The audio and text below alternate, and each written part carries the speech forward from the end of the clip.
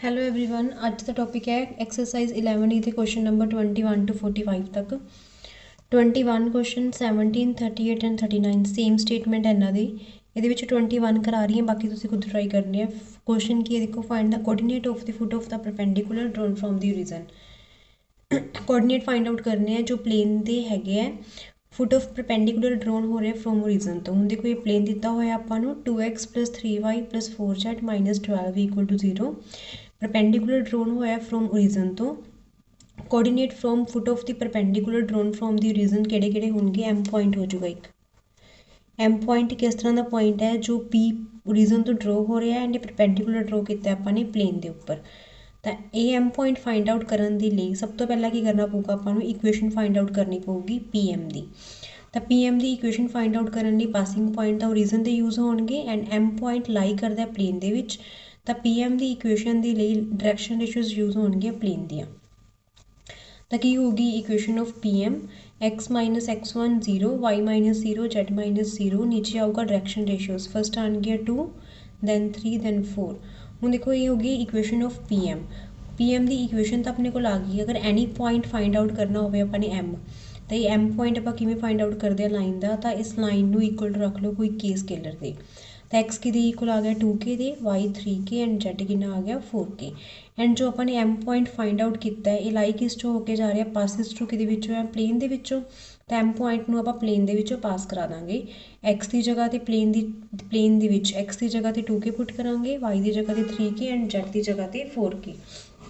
जो इन्हें पुट किया 12 पिछे एज इट उवें रह जूगा।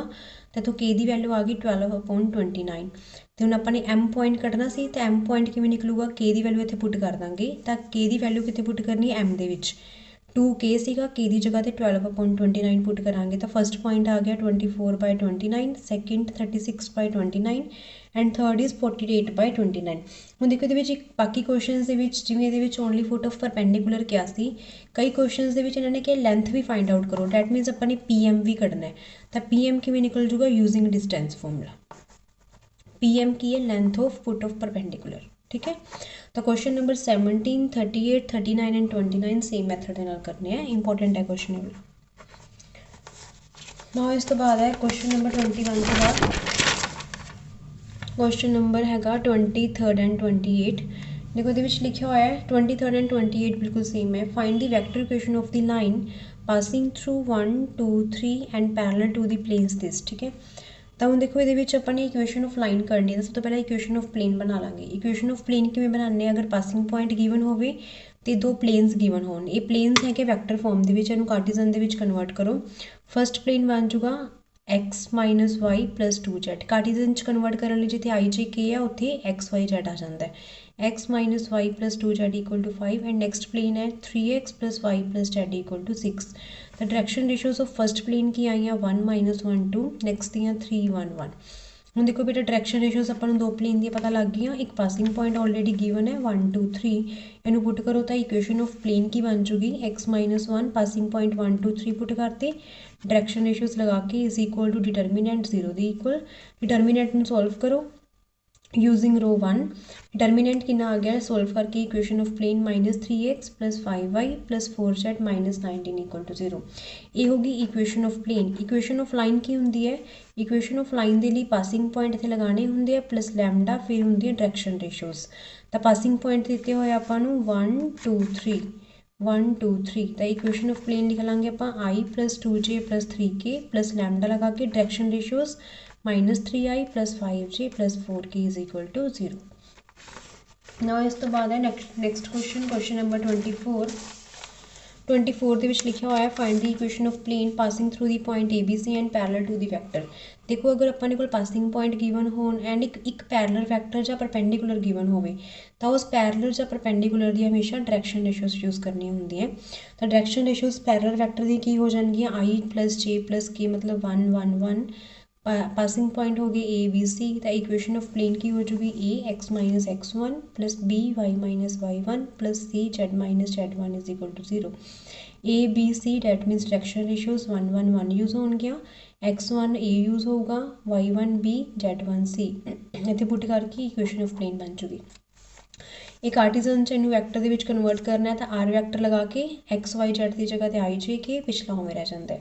now next 25 है find the vector and Cartesian equation of the plane containing the lines. देखो अगर अपने को दो लाइंस गिवन होन तो इक्वेशन ऑफ प्लेन किवें लिखते होंगे है, पहली वाली लाइन ते पासिंग पॉइंट यूज़ कर लो 2 1 -3 पासिंग पॉइंट पहली वाले दे यूज़ करने हैं, डायरैक्शन रेशोज़ दोनों प्लेन दे यूज़ करनी है तो पासिंग पॉइंट यूज़ होंगे। देखो पहली लाइन के पासिंग पॉइंट है 2 1 -3 that मीनस x1 y1 z1। Direction ratios इतनी हुई है फस्ट प्लेन दियाँ 1 2 5 नैक्सट दियाँ 3 -2 5 तो की हो जाएगा x -2 y -1 z +3 नीचे आऊगा 1 2 5 3 -2 5 the determinant is equal to 0।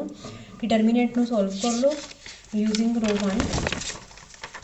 Determinant में जो सॉल्व करांगे तो इक्वेशन की बन जूगी अपने को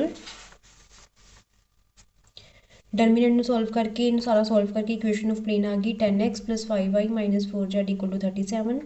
वैक्टर फॉर्म के विच कन्वर्ट करना है तो आर लगा के डॉट एक्स वाई जेड की जगह पे आई जे के = 37 एज इट।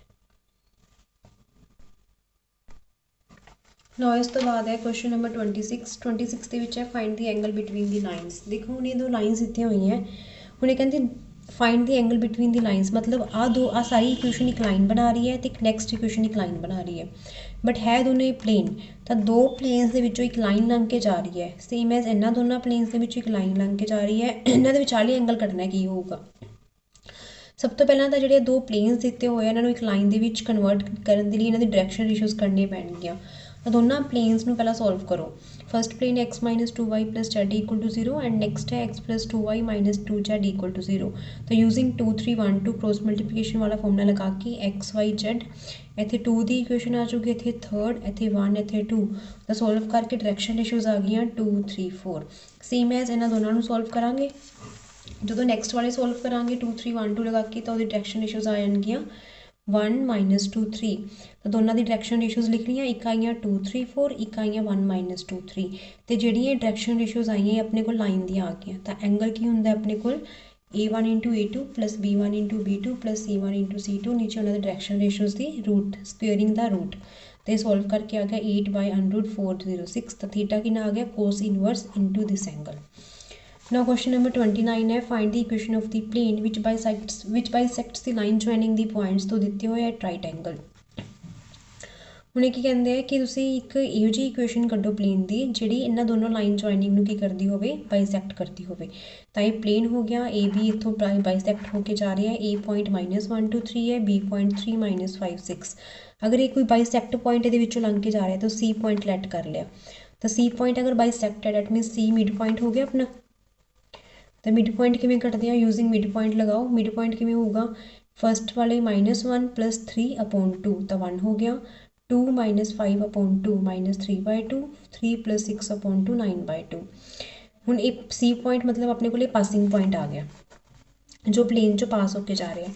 एक पासिंग पॉइंट मिल गया तो एक आप A be the direction ratios कर लाँगे हो जाएगी x2 - x1 y2 - y1 z2 - z1 4 - 7 3 direction ratios भी मिल गई पासिंग पॉइंट भी मिल गई तो इक्वेशन ऑफ प्लेन लिख ली। पहला ए मतलब डायरैक्शन रेशोज़ 4 x - x1 फिर 7 y + 3/2 फिर 3 लिख के z - 9/2 इनू सॉल्व करांगे तो प्लेन की इक्वेशन आ गई 4x - 7y + 3z - 28 = 0।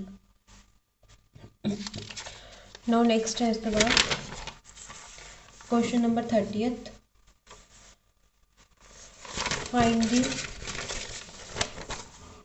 Find the equation of plane through the intersection of the planes. देखो अगर इन्होंने लिखा हो कि इंटरसैक्शन होके जा रहे हैं दो प्लेन्स तो वो कोई पॉइंट पास होके जा रहे हैं। 30th question 42nd and 43rd का first and third part same ये ही होगा। तो की करना है पहला जो दो प्लेन्स दिते हुए इन्होंने किसी एक पॉइंट नाल इंटरसैक्ट कर लो किसी स्केलर के नाल तो first plane plus K scalar into second plane is equal to 0। जोड़ा पॉइंट इस चो पास होके पासिंग पॉइंट दिता हुआ इस चो पास करा दो एक्स की जगह 2 वाई की जगह 2 जेड की जगह 1 इस चो पुट करो एक्स वाई जेड की वैल्यूज़ तो के निकल जूगा -2/3 एंड जोड़ा के निकलूगा उन्होंने अगेन इक्वेशन नंबर 1 के पुट कर देना तो की -2/3 पुट करके एलसीएम लैके सॉल्व करांगे तो इक्वेशन ऑफ प्लेन आ गया 7x - 5y + 4z - 8 = 0। 31st question है find the vector equation of the plane in scalar product form. देखो ये अपने को आर दिता होया सारी टर्म्स ना, ये अपने वैक्टर इक्वेशन फाइंड आउट करनी है। तो की करना है, ये दो प्लेन्स को इकट्ठा किया हुआ इन्होंने। तो फस्ट वाला प्लेन के पासिंग पॉइंट आप फस्ट वाले यूज़ करने हैं एंड डायरैक्शन रेशियो से दोनों यूज़ करनी है। तो की बन जूगी इक्वेशन ऑफ प्लेन यदि पासिंग पॉइंट यूज होंगे 1 - 1 and 0, x - 1 y + 1 z passing point first वाले एंड डायरैक्शन रेशियोज यूज होंगे, एक तो 1 1 1 एक 1 - 2 3। इन्होंने डिटरमिनेंट सॉल्व करो तो इक्वेशन ऑफ प्लेन बन चुकी है। इन्हें वैक्टर फॉर्म च कन्वर्ट करना है तो आर लगा के पीछे आई जे के = 7। 32nd क्वेश्चन है, find the equation of the plane through 3 non collinear points. 3 non collinear points को इक्वेशन ऑफ प्लेन कढ़ने के लिए फॉर्मूला करवाया हुआ है, x - x1 y - y1 z - z1। तो पासिंग पॉइंट फस्ट वाले यूज़ करो, चाहे सैकेंड चाहे थर्ड थोड़ी मर्जी है। मैं फस्ट वाले यूज़ किए हैं, x - 0 y + 1 z + 1। फिर की करना है, x2 दे फस्ट सैकेंड सारे पॉइंट के घटा दो। 4 के 0 माइनस किया 4, 5 के 1 माइनस किया 5 + 1, 1 च 1 ऐड किया 1 + 1 2। फिर इस पॉइंट भी चाहे ये घटाओ चाहे ये थोड़ी मर्जी है। फिर मैं इनू इस घटाया है, 3 - 0 3, 9 + 1 10, 4 + 1 5। The determinant = 0। ਹੁਣ ਇਹਨੂੰ ਸੋਲਵ ਕਰ ਲਓ ਯੂਜ਼ਿੰਗ ਮੈਟ੍ਰਿਕਸ ਮੈਥਡ ਨਾਲ ਡਿਟਰਮੀਨੈਂਟ ਫਾਈਂਡ ਆਊਟ ਕਰਕੇ। ਤਾਂ ਇਕੁਏਸ਼ਨ ਆਫ ਪਲੇਨ ਬਣ ਗਈ 5x - 7y + 11z + 4 = 0। ਨਾउ 32nd ਤੋਂ ਬਾਅਦ ਹੈ ਕੁਐਸਚਨ ਨੰਬਰ 33rd। ਇਹਦੇ ਵਿੱਚ ਲਿਖਿਆ ਹੋਇਆ ਹੈ, find the equation of the faces of the tetrahedron whose vertices are the points. ਦੇਖੋ ਜਿਹੜੇ ਟੈਟਰਾਹੈਡਰਨ ਹੁੰਦਾ ਸਾਇੰਸ 'ਚ ਤੁਸੀਂ ਦੇਖਿਆ ਹੋਊਗਾ ਕਿ ਇਹਦੇ 4 ਫੇਸ ਹੁੰਦੇ ਆ। ਹੁਣ ਇਹ A B C ਕੋ ਪੁਆਇੰਟ ਹੈ ਤਾਂ ਫੇਸ ਇੱਕ ਹੋਊਗਾ ਤਾਂ AOC, एक फेस होगा ਇਹਦਾ AOB, एक फेस होगा नीचे वाला BOC, एक टोटल फेस होगा ABC। तो 4 फेस हो गए ਇਹਦੇ। ਤਾਂ ਚਾਰਾਂ ਫੇਸ ਦੇ ਵਿੱਚੋਂ ਚਾਰਾਂ ਦੀ ਅਲੱਗ-ਅਲੱਗ ਇਕੁਏਸ਼ਨ ਫਾਈਂਡ ਆਊਟ ਹੋਊਗੀ। ਮੈਂ ਇੱਕ ਫੇਸ ਦੀ ਇਕੁਏਸ਼ਨ ਕੱਢੂੰਗੀ, ਬਾਕੀ ਤੁਸੀਂ ਦੇਖ ਕੱਢਣਾ ਆਪਣੇ ਆਪ। ਇਕੁਏਸ਼ਨ ਆਫ ਪਲੇਨ ਮੈਂ OAC ਕੱਢ ਰਹੀ ਹਾਂ। ਤਾਂ ਉਹਦੇ ਪੁਆਇੰਟ ਹੈ 0 0 0, A ਪੁਆਇੰਟ ਹੈ 0 3 0, C ਪੁਆਇੰਟ ਹੈ 1 1 2। ਤਾਂ 3 ਪੁਆਇੰਟ ਹੋ ਗਏ। ਤਾਂ 3 ਪੁਆਇੰਟ ਫਾਰਮ ਜਿਹੜਾ ਪਿੱਛੇ ਕੀਤਾ 32nd ਕੁਐਸਚਨ ਸੇਮ ਉਵੇਂ ਹੀ ਹੈ, x - x1 0, y - 0 z - 0। फिर 0 के इन्होंने पॉइंट्स के इनू घटा दो, 0 - 0 0, 3 - 0 = 3, 0 - 0 = 0। फिर ए वाले पॉइंट इनू घटाओ, 1 - 0 = 1, 1 माइनस चाहे सी के घटा दो, सी चो घटा दो, सी चो घटाया मैं, 1 - 0 = 1, 1 - 0 1, 2 - 0 2। डिटरमिनेंट फाइंड आउट करो ਇਹਦਾ सॉल्व करके। डिटरमिनेंट कट के इक्वेशन ऑफ प्लेन आ गया 2x = z। एक फेस की मैं फाइंड आउट करती, बाकी 3 फेसिस आर पेंडिंग, तो बाकी तुम फाइंड आउट करोगे। 34 क्वेश्चन है, find the distance of the point P from the plane determined by the point CBC। ਹੁਣ ਇਹਦੇ ਵਿੱਚ ਕੀ ਲਿਖਿਆ ਹੈ ਕਿ ਇਸ ਪੁਆਇੰਟ ਤੋਂ ਇੱਕ ਪਲੇਨ ਤੇ ਆਪਾਂ ਡਿਸਟੈਂਸ ਕੱਢਣਾ ਹੈ, ਬਟ ਪਲੇਨ ਵੀ ਨਹੀਂ ਗਿਵਨ, ਪਲੇਨ ਆਪਾਂ ਕੱਢਣਾ ਇਹਨਾਂ 3 ਪੁਆਇੰਟਸ ਨੂੰ ਯੂਜ਼ ਕਰਕੇ। ਹੁਣ ਇਹਨਾਂ ਤਿੰਨਾਂ A B C 3 ਪੁਆਇੰਟਸ ਨੂੰ ਯੂਜ਼ ਕਰਕੇ ਸਭ ਤੋਂ ਪਹਿਲਾਂ ਆਪਾਂ ਇਕੁਏਸ਼ਨ ਆਫ ਪਲੇਨ ਕੱਢ ਲਾਂਗੇ। ਤਾਂ ਇਕੁਏਸ਼ਨ ਆਫ ਪਲੇਨ ਬੇਟਾ ਕੀ ਹੋਊਗੀ, ਤਿੰਨੇ पॉइंट्स पहला पासिंग पॉइंट 3 1 ਤੇ 2 पास कराते, फिर 5 ਦੇ ਵਿੱਚੋਂ 3 माइनस किया 2, 2 + 1 3, 4 - 2 = 2। फिर इन्होंने पॉइंट्स के विचों -1 -3 -4, -1 + 1 0, 6 - 2 = 4। डिटरमिनेंट = 0। इनू सॉल्व करो तो इक्वेशन ऑफ प्लेन अपने को आ जाऊगी। फिर जी अपने को प्लेन की इक्वेशन आ गई, यदा एक पॉइंट आप डिस्टेंस कढ़ना है, तो पॉइंट अपन ऑलरेडी गिवन है, दिस पॉइंट इज 6 5 9। तो एक्स की जगह पर 6 पुट कर देंगे, वाई की जगह पर 5, जेड की जगह पर 9। तो डिटरमिनेंट नीचे होंगे इन्होंने कोफिशिएंट्स का स्क्वेयर, 6 का स्क्वेयर 36, 8 का 64, 6 का 36। इनू सॉल्व करके आंसर आ जाऊगा 6/√34 यूनिट्स। ठीक है। 35 क्वेश्चन है, find the equation of the plane through the points this and perpendicular to the plane. ठीक है। ਹੁਣ ਇਹਦੇ ਵਿੱਚੋਂ 2 ਪਾਸਿੰਗ ਪੁਆਇੰਟ ਹੈ, ਇੱਕ ਪਰਪੈਂਡੀਕੂਲਰ ਪਲੇਨ ਹੈ। ਤਾਂ ਕੀ ਕਰਨਾ ਹੈ, ਪਹਿਲਾਂ ਇਹਨਾਂ ਪੁਆਇੰਟਸ ਦੀ ਪਾਸਿੰਗ ਪੁਆਇੰਟਸ ਨੂੰ ਪਾਸ ਕਰਾ ਦੇਣਾ, x - 2 y + 3 z - 1। फिर आ पॉइंट ते आ दोनों पॉइंट्स की डायरेक्शन रेशियोज कटांगे, 5 - 2 2 + 3 -1 - 1। तो जो एक परपेंडिकुलर प्लेन गिवन है डायरेक्शन रेशियोज यूज़ करांगे, एक 1 - 2 4। तो डिटरमिनेंट = 0। डिटरमिनेंट सॉल्व करो ਇਹਦਾ। डिटरमिनेंट सॉल्व करके तो तुहाडे कोल इक्वेशन ऑफ प्लेन आ चुकी। ये एक दो क्वेश्चन इस तरह के हैं जिन्हों के आंसर पिछे गल दिते हुए हैं, बट ये थोड़े जिवें मैं कराए उवें ही करने हैं। x - 2 ਨਾਲ 16 आ गया, प्रॉपर सॉल्व किया तो आंसर आ गया। ठीक है। इस क्वेश्चन का आंसर गलत है पिछे। 36 क्वेश्चन है, find the equation of the plane through the points this and parallel to the line. ये भी सेम ही हो गया, वो परपेंडिकुलर से पैरेलल दिता हुआ है। अगर पैरलर है या परपेंडिकुलर है, देखो अगर दो प्लेन्स परपेंडिकुलर होए या पैरलर है तो उन्होंने ਜਿਹੜੇ नॉर्मल ਹੁੰਦੇ ਇਹ ਆਪਸ 'ਚ परपेंडिकुलर ही ਹੁੰਦੇ ਆ, ठीक है। डैट मीनस इक्वेशन जो परपेंडिकुलर दी है तो पैरलर दी उवें मैथड यूज होगा। तो पासिंग पॉइंट प्लस 0 0 0 पास कराता x minus 0 y minus 0 z minus 0, फिर इन्होंने दोनों डायरैक्शन रेशियोज की माइनस, तो वही 3 माइनस 1 2 आ गया। एंड जिस प्लेन के पैरलर है या लाइन के पैरलर है तो वो डायरैक्शन रेशियोज यूज़ कर लेंगे 1 minus 4 7 is equal to 0। Determinant solve करो तो आंसर आ जाएगा। नैक्सट है show that the following 4 points are coplanar. देखो अगर 4 पॉइंट्स में कोप्लेनर प्रूव करना है तो कोई भी 3 पॉइंट्स लैके इक्वेशन ऑफ प्लेन कर लो। ਜਿਹੜਾ चौथा पॉइंट ਆਪਾਂ नहीं यूज़ करांगे इक्वेशन ऑफ प्लेन ਕੱਢਣ ਦੇ ਲਈ ਉਸ प्लेन 'ਚ पुट करके सैटिस्फाई करा दो। तो मैं फस्ट में 3 पॉइंट्स लै लए, इन्होंने 3 पॉइंट्स तो इक्वेशन ऑफ प्लेन कर ली। वही फॉर्मूला लगा के फस्ट वाले passing point x minus 4 y minus 5 z minus 1, फिर इन्होंने दोनों माइनस करता, डायरैक्शन रेशियोज कर लाँगे माइनस 4 माइनस 6 माइनस 2, इन्होंने दोनों माइनस करता। देखो हूँ मैं इन्होंने दोनों माइनस नहीं किया, इन्होंने दोनों किया, तो इक्वेशन ऑफ प्लेन सेम ही आऊगी, चाहे इन्होंने घटाओ चाहे इन्होंने दोनों घटाओ। तो 3 minus 0 3 9 plus 1 10 4 plus 1 5 the determinant is equal to 0। तो इन्होंने सॉल्व करके इक्वेशन ऑफ प्लेन आ जाएगी बेटा 37 का सेकंड है। इन्होंने तीनों सॉल्व करके जो आप पिछे इक्वेशन बनाई है फस्ट तीनों यूज़ करके बनाई है, तो जो इक्वेशन ऑफ प्लेन बनी है वो बनी अपनी 5x minus 7y plus 11z plus 4 is equal to 0। And coplanar check करने के लिए जो लास्ट पॉइंट मैं नहीं यूज़ किया इस सैटिस्फाई करना जरूरी है।